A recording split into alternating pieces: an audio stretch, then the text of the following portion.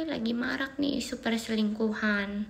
Yuk kita bahas yuk, kenapa orang itu selingkuh. Nah, selingkuh itu bukan soal pasangannya kurang ini dan itu, tapi karena dia yang memilih untuk tidak cukup. Bukan karena pasangannya enggak cantik atau ganteng atau enggak baik, tapi emang dasar dari dirinya sendiri yang memilih untuk enggak setia. Nih, kita bahas lebih mendalam lagi. Kenapa sih orang itu selingkuh? Ada beberapa alasan. Yang pertama, emosi yang tidak matang. Banyak orang tumbuh di lingkungan yang tidak mengajarkan bagaimana cara menghadapi perasaan.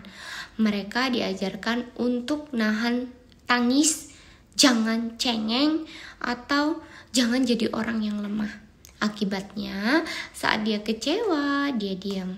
Saat merasa kurang dicintai, dia memendam. Saat ada masalah, mereka memilih lari, bukan bicara.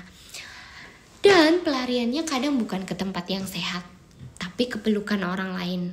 Bukan karena mereka tidak bisa setia, tapi karena mereka tidak tahu bagaimana cara menghadapi ketidaknyamanan dalam hubungan. Hubungan yang sehat butuh komunikasi, tapi orang yang emosinya belum dewasa tidak punya keberanian untuk menyelesaikan. Jadi, memilih menghindar dan mengkhianati. Yang kedua itu ego dan pembuktian diri. Ada orang yang merasa bangga saat banyak orang lain yang tertarik padanya. Dia merasa dirinya berharga ketika jadi pusat perhatian. Tapi sebenarnya itu bukan bukti harga diri. Itu tanda bahwa dia belum berdamai dengan rasa kosong dalam dirinya sendiri. Dia butuh pengakuan, dia butuh validasi, dia merasa diakui saat dicintai banyak orang. Karena dia sendiri tidak bisa mencintai dirinya secara utuh. Dan orang seperti ini tidak akan pernah cukup. Meski kamu sudah memberikan segalanya, bukan karena kamu kurang, tapi karena dia sendiri belum tahu apa yang benar-benar dia cari. Yang ketiga, tidak menghargai komitmen. Beberapa orang senang berada dalam hubungan, tapi tidak memahami maknanya. Mereka mau dimanja, diperjuangkan, tapi tidak mau menjaga.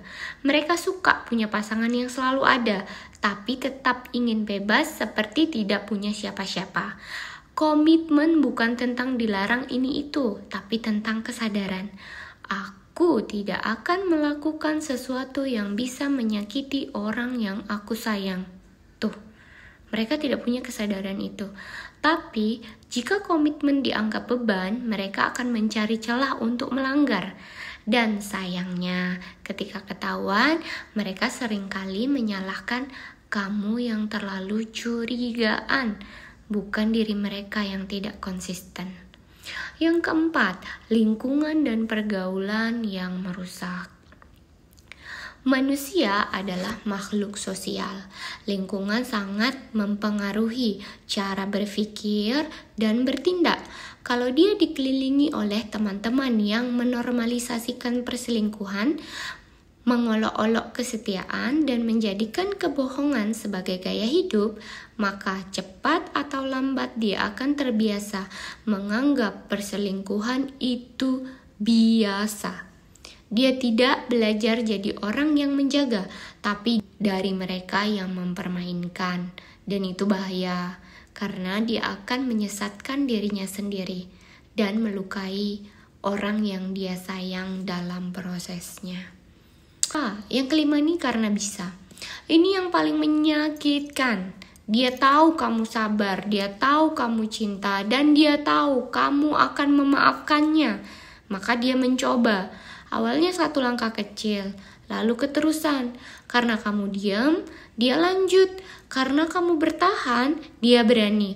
Karena kamu enggak pergi, dia merasa aman.